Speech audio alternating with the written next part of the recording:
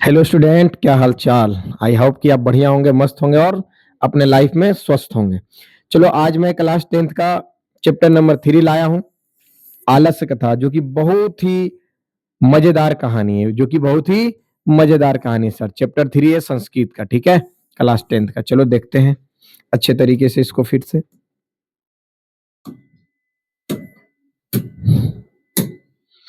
देखिए क्या बताता है। चैप्टर है आपके आलस्य कहानी, आलस्य कथा। क्या है सर आपके?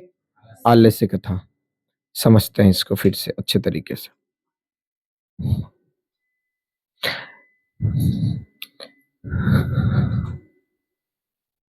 देखो, यह पाठ विद्यापति द्वारा रचित पुरुष परीक्षा नामक कथा ग्रंथ का विशेष अंश है।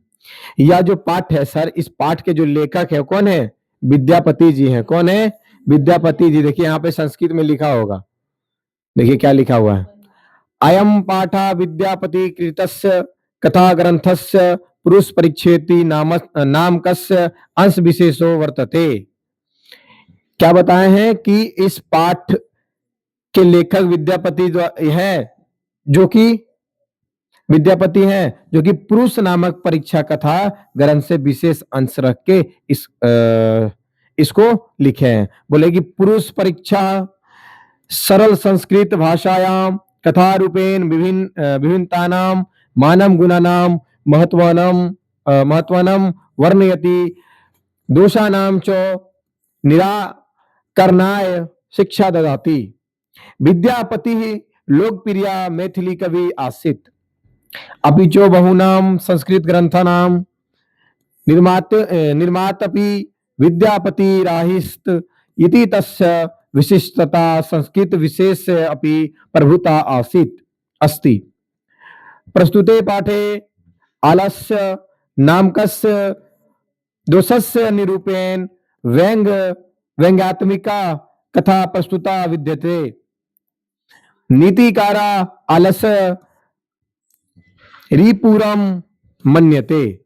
अर्थात इसका कहने का मतलब है कि देखो, यह पाठ विद्यापति जी द्वारा रचित पुरुष परीक्षा नामक कथा ग्रंथ से लिया गया है और पुरुष परीक्षा सरल संस्कृत भाषा में कथा के रूप से विभिन्न मानवीय गुणों के महत्व का वर्णन करती है और दोषों को निराकरण या दूर करने के लिए शिक्षा देती है। दोषों को दूर या निराकरण करने के लिए शिक्षा कहां से मिलती है सर? तो आपको शिक्षा मिलती है एक ग्रंथ, उस ग्रंथ का नाम क्या है सर? उस ग्रंथ का नाम क्या है? परीक्षा नामक कथा ग्रंथ। कौन सा? परीक्षा नाम। कौन परीक्षा? यहीं से तो आ गया, पुरुष परीक्षा। कौन परीक्षा? पुरुष परीक्षा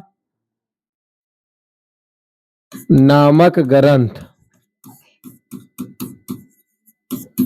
पुरुष परीक्षा नामक ग्रंथ से ये चीज लिया गया है। अब चलो क्या बोला, देखो, बोला विद्यापति लोकप्रिय मैथिली कवि थे। विद्यापति क्या थे सर? मैथिली के लोकप्रिय कवि थे। किसके? मैथिली के। और भी बहुत संस्कृत ग्रंथों का निर्माता भी विद्यापति थे। ऐसे उसकी विशेषता संस्कृत विषय में बहुत है, मतलब कि उनकी जो विशेषता है ना संस्कृत विषयों में अत्यधिक है। किनकी? किनकी? विद्यापति की। किनकी? विद्यापति की। प्रस्तुत पाठ में आलस्य नामक दोष के निरूपण में व्यंग स्वरूप कथा प्रस्तुत है। नीतिकार लोग आलसी को दुश्मन के स्वरूप मानते हैं। नीतिकार जो लोग हैं आलसी को क्या मानते हैं? दुश्मन के स्वरूप मानते हैं। कैसे सर? समझिएगा।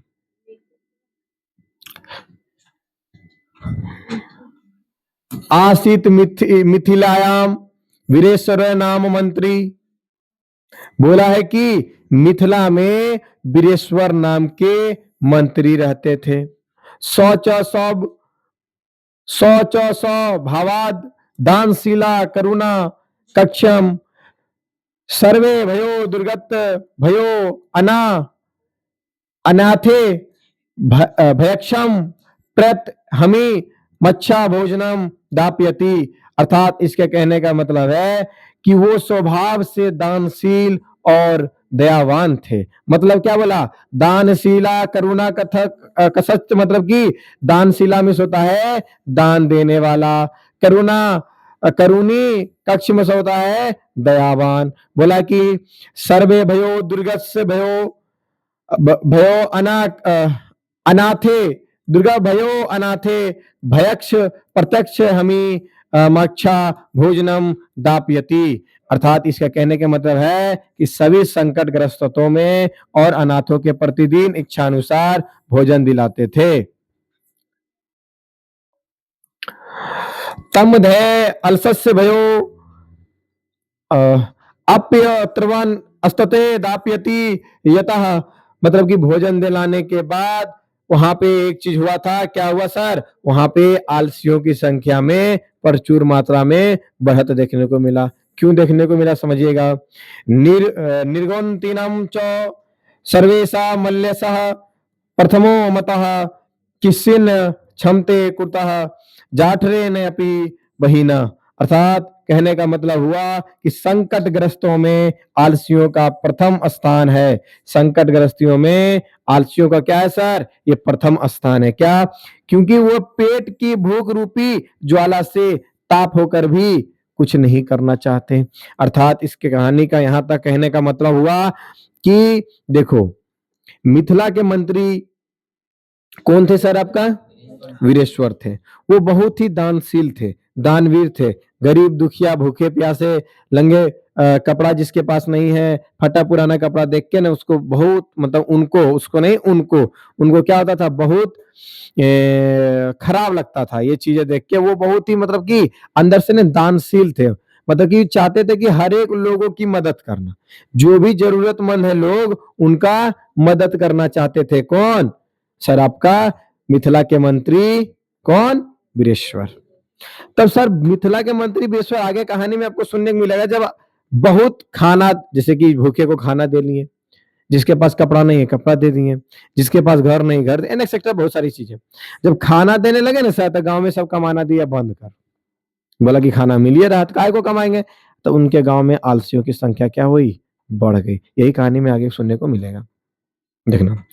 ततो अलसस्य पुरुषाणाम तत्रे षष्ठ लाभम श्रुतवः बहवस्तुदनम परि मृजा अस्ततत् वर्तालीब भुवः यतः, अर्थात इसके कहने का मतलब हुआ कि देखिए सर, इसके बाद आलसी पुरुषों, इसके बाद आलसी पुरुषों के वहां इच्छित लाभ और सुनकर बहुत से तोंद बड़े हो गए और लोग जमा होने लगे।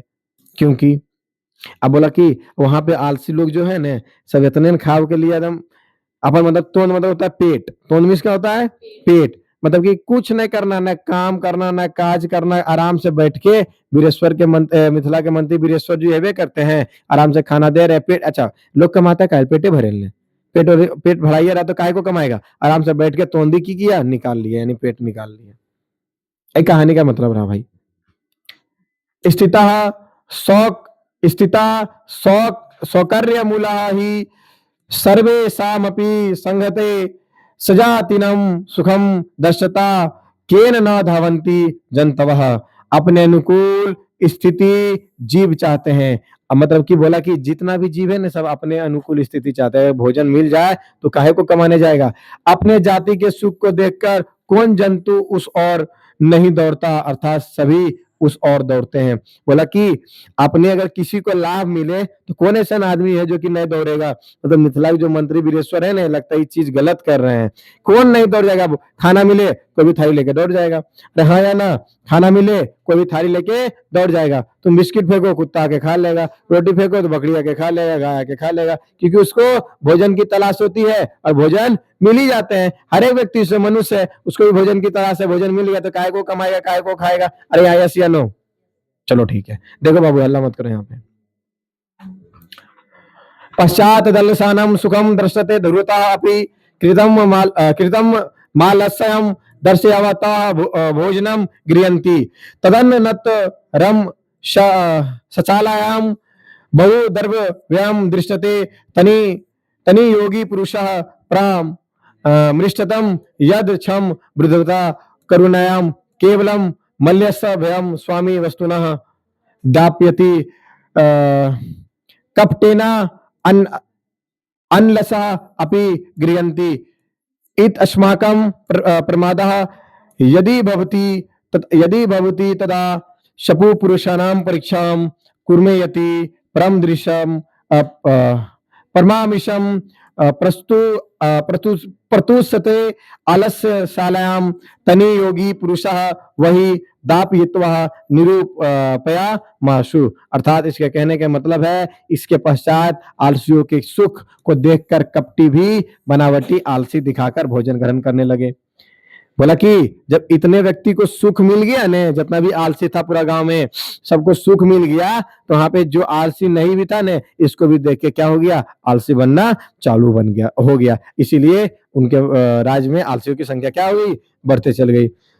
इसके बाद आलसियों के घर के बहुत धन के खर्च को देखकर उन राजपुरुषों ने विचार किया कि यदि अक्षम थोड़ा बुद्धि अथवा दया से स्वामी केवल आलसियों को वस्तुएं देते हैं तो कपट से अन आलसी भी ग्रहण कर रहे हैं।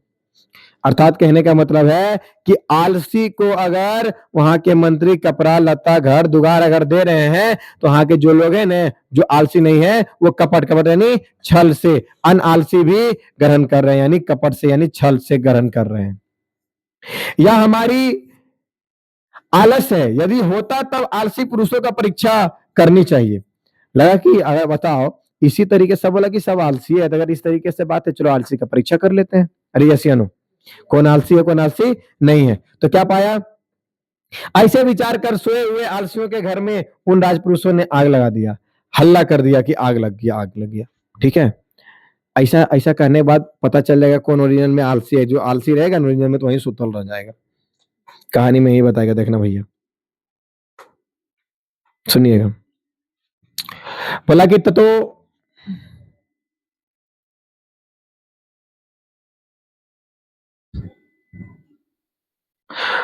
गिरिलग्यम प्रबुद्धिर्मग्नम दृश्यते धूतः सर्वे पलायतः पक्षात दृश्य दलसा अपि पलायतः चत्वारः पुरुष अस्त्रेव सुप्तः परम पर अस्परम लपयन्ति एकेन वस्तु वृत्त मुखे नौकितम अहो कथमयम कोलाहला।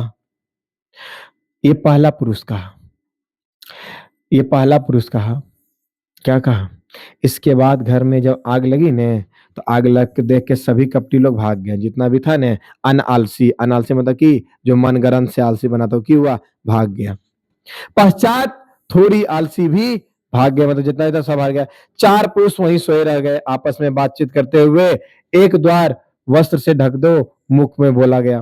पहला की बोला, एक के द्वारा बोला गया वस्त्र को ढक दो, किस वस्त्र से ढको मुंह, मुख से बोला गया, वस्त्र से ढके मुख से बोला गया। के वो बोल रहा था, चार गो। आलसी के वो रह गया, चार गो, बाकी सबकी आग देख के भाग गया, आग लगा भाग गया। यह कैसी हल्ला है, पहला बोला यह कैसी हल्ला है। दूसरे द्वारा बोला गया लगता है कि घर में, देखो यहां पहले पढ़ देंगे तब ना। द्वितीय क्या बोलता है, द्वितीयेन नाक्तम तद तब यर्थे यद अस्मिन गृहे अग्नि लगयो आसित अस्ति। तृतीय ये दूसरा बोला है कि लगता है कि घर में आग लग गया है। तृतीय का नाम को अपि तथा धर्मिको नासिता यो इदानी जला देव शोभी कटे वासाम प्रावितनोति। चतुर्थ ये तीसरा बोला है, चतुर्थनो तकम अये वाचालाम कति वचनानि वत्कुतम सुकृत तृष्णम कथम न दिष्टथत। अर्थात इसके कहने का मतलब हुआ क्या सर, समझिएगा। तीसरा बोला कि जानते हो, दूसरा लगता है क्या इसमें आग लग गया है। तो तीसरा बोला, तीसरे द्वारा बोला गया कोई भी ऐसा धार्मिक नहीं है जो इस समय हमें जल से भी भिगो दे। बोला कि कोई ऐसा धार्मिक पुरुष, पहला क्या बोला, कैसन हल्ला हो रहा भाई ये सब। तो दूसरा बोला कि लगता है आग लग गया। तो तीसरा बोला कि क्वेश्चन धार्मिक धार्मिक पुरुष ना है जो कि चादर को भिगो के हमारे शरीर पर रख दे। ये तीसरा बोला। और देखो चौथा की बोलता कवियाठी कर रहा। तब चौथे द्वारा कहा गया कि अरे वाचलो कितना बोलने में सकते हो, चुपचाप क्यों नहीं रहते हो, बताओ। ले लेना एकदम आदमी ना भयानक आलसी बोल रहे हैं, ओरिजिनल में आलसी है ये। पहला की बोला ये कैसन हल्ला है हो, दूसर का की बोला लगता है कि आग लग गया है। और तीसरा बोला कि क्वेश्चन धार्मिक पुरुष ना है जो कि चादर को भिंगा हो गया हमारे शरीर पर धोक दे। चौथा बोला कि काहल पगला रहा, चुपचाप सुत ने। चौथा दिन ये बोला, बताओ। अच्छा ओरिजिनल में लग रहा हम लोग से पगलबो बोलेगा ना आलसी चुने ले, अगर ऐसा चार को बात बोल देगा ना हम लोग समझ जाएंगे सही में यही आलसी है। हाँ या ना। आग देख के बोला चौथा, तो हमको लगता है सबसे प्रो लेवल का बंदा होगा। ये डायरेक्ट बोला कुछ नहीं बोल, चुपचाप सुत। मतलब कि सच में कवियाठ वाला आलसी है ये। हाँ या ना। तब देखो की वो खेला तत्पश्चाते चतुर्थानमपि तेषामेवा प्रस अस्पर लापम स्त्रित्वा वहीम च प्रभुते मेषा मुपरि पति शयनम दृष्टता नियो योगी पुरुषे वर्ध योगनम चत्वारे अपयल ललसः केसा केशवाक कृष्यम गृहत्वा गृहाद वही कृतः पश्चात तात लक्ष्यम तेनि योगी पठितम पतिरेव गति अस्तेनाम बालायाम जन्नी गति गति नालसानम गति कची कची लकोम करुणानिकम बिना पश्चातेषु चतुर्थ वल्क वर्व सेसु ततो अपाधिकतम वस्तु मंत्री दापयामाशः।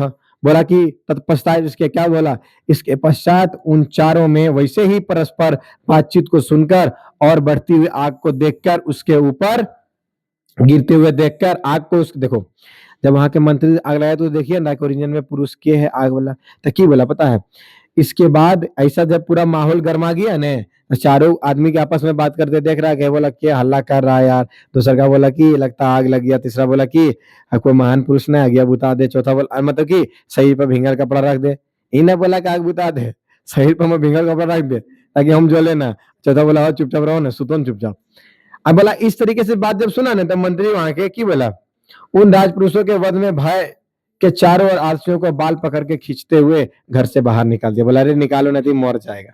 मंत्री निकलवा दिया। ठीक है, किस क्या खींच के निकाला, बाल। ही भी आपका ऑब्जेक्टिव बनेगा। इसके पश्चात उनको देखकर उन राजपुरुषों द्वारा पढ़ा गया स्त्रियों की गति पति और बालों की गति माता से होती है, परंतु आलसियों का दयावानों के बिना संस्कार में कोई गति नहीं है। इसके बाद उन चारों मंत्री के द्वारा अधिक से अधिक धन दिया गया। और इनमें में जो देखो ई कहानी क्या तुमको बता रहा पता है, एक मंत्री था जो कि अपने राज्य में पूरा हर एक चीज फ्री कर रखा था आलसी के लिए। जब हर एक चीज आलसी के लिए फ्री कर रखा ना सर, तो फिर वहां पे आलसियों की संख्या बढ़ गई। ठीक है, आलसियों की संख्या बढ़ गई। और ओरिजिनल में आलसी कौन है उसकी पता लगाने के लिए उन्होंने सबको एक जगह पे सॉरी सबको एक जगह पे बैठाया और उस जहां पे खाना वाना देता था ना आलसी खा के अपन सुता रहता था, वहां पे दिया आग लगा। तो सब आग देख के भाग गया। अर्थात चार ही गो बचा पुरुष, चार पुरुष बचा ना। तो पहला पुरुष बोलता है कि कैसी ये हल्ला हो रही है। दूसरा पुरुष क्या बोलता है, लगता है कोई आग लगा दिया है। तीसरा पुरुष बोलता है कोई महान आदमी ना है, शरीर पा के कम्बल दे दे। चौथा पुरुष बोलता है चुपचाप रहो सुतो। ऐसा देख के ने मंत्री वहां के बोला कि ओरिजिनल में भैया देखो यही आलसी है, चलो इसको निकालो। उसके बाल खींच के उसको बाहर निकाल दिया गया और उसको सच में उसके घर वाले को और उसको सच में अधिक से अधिक धन देकर जीवन जीने के लिए छोड़ दिया गया। चलो ये हो गया आपका पूरा कहानी। क्या हो गया आपका पूरा कहानी हो गया सर, कोई दिक्कत नहीं। अब चलिए देखिए, आप देखो आलस कथा पाठ में किसका वर्णन है, ये आपके क्वेश्चन आंसर है। आप इसको देख के क्वेश्चन आंसर कर लेना। आप इसको स्क्रीन शॉट पहले ले लो, ठीक है, क्योंकि जो जितनी भी सब्जेक्टिव क्वेश्चन है ना सर, सब्जेक्टिव, आप अगर इसको लिख लोगे ना आपके एग्जाम में इससे बाहर नहीं आने वाला, लिख देते हैं फिक्स। अगर एग्जाम में बाहर आ गया सब पढ़ाना छोड़ देंगे। जितना भी क्वेश्चन 8-10 क्वेश्चन 15 क्वेश्चन जो भी होंगे आप इसको स्क्रीन शॉट ले लेना, इससे बाहर क्वेश्चन आने वाला नहीं है, एकदम फिक्स है। ठीक है, ये पूरा क्वेश्चन कर लो, आपका पूरा चैप्टर 100% क्या हो जाएगा, कंप्लीट हो जाएगा। इस कहानी को सुन के आपको कैसा लगा हमको एक बार कमेंट में जरूर बताइएगा। चलो आप इसको स्क्रीनशॉट लेके चलते रहना, कुछ देर देंगे इसमें आपको स्क्रीनशॉट लेते रहना, ठीक है। आई होप कि आप स्क्रीनशॉट ले लिए होंगे। चलो आई होप कि आप स्क्रीनशॉट ले लिए होंगे।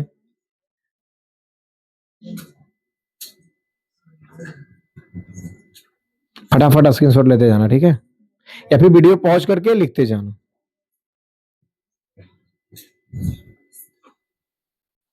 सारा क्वेश्चन कर लो सर, बहुत इंपॉर्टेंट क्वेश्चन है, इससे बाहर होने वाला नहीं है। आलस कथा का सारांश क्या होता है इसको भी कर लेना, एकदम फिक्स क्वेश्चन, VVI क्वेश्चन रहता है सब।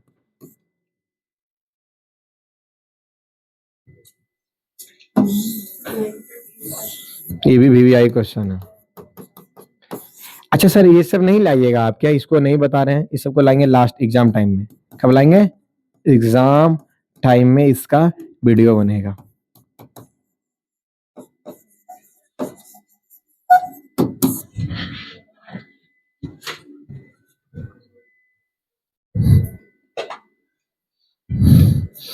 स्क्रीनशॉट लेते जाओ या फिर वीडियो पॉज करके लिखते जाओ।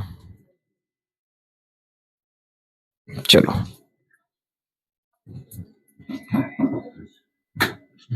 देखो सर, अगर आप हमसे ऑनलाइन जुड़ना चाहते हैं, रेगुलर क्लास 10th की तैयारी करना चाहते हैं, क्लास 10th की तैयारी हमारे साथ मिलकर करना चाहते हैं,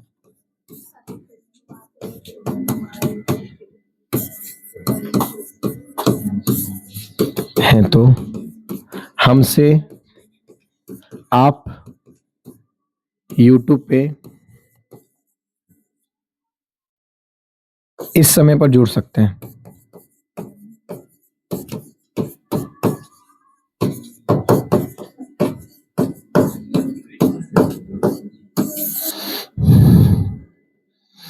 पहला सर समय आपका, अगर आपको हमसे संस्कृत पढ़ना है, आप रेगुलर हमसे सुबह 5 बजे जुड़ सकते हैं। 5 से 6 आपकी क्लास संस्कृत की होती है। अगर आप हमसे, टाइमिंग देखना पड़ेगा 1 सेकेंड एक्चुअल टाइमिंग के लिए।